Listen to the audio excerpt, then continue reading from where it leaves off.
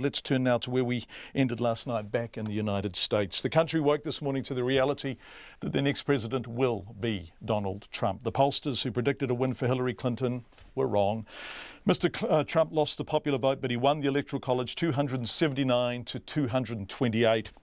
The difference, the battleground states, Florida, Pennsylvania, Ohio, Michigan, Wisconsin, Iowa, they all voted for Obama twice, but voted for Trump last night. The Democrats lost millions of the voters who'd supported Barack Obama, and white voters backed Donald Trump, white men of all ages and white men and women aged over 60 by a striking majority. After receiving a concession call from Hillary Clinton, Mr. Trump arrived with his family and Vice President Mike Pence to Republican HQ just after 2 a.m. New York time, pledging to renew the American dream. Working together, we will begin the urgent task of rebuilding our nation and renewing the American dream. Every single American will have the opportunity to realize his or her fullest potential. The forgotten men and women of our country will be forgotten no longer. We are going to fix our inner cities and rebuild our highways, bridges, tunnels, airports, schools, hospitals. We're going to rebuild our infrastructure, which will become, by the way, second to none. And we will put millions of our people to work as we rebuild it. All people and all other nations.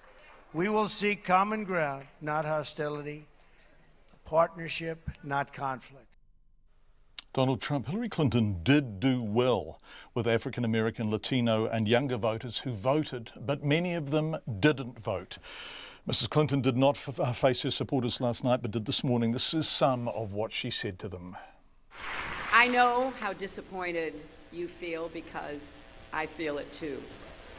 And so do tens of millions of Americans who invested their hopes and dreams in this effort. This is painful, and it will be for a long time. But I want you to remember this. Our campaign was never about one person or even one election. It was about the country we love and about building an America that's hopeful, inclusive, and big-hearted.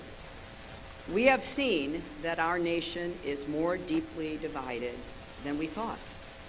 But I still believe in America, and I always will.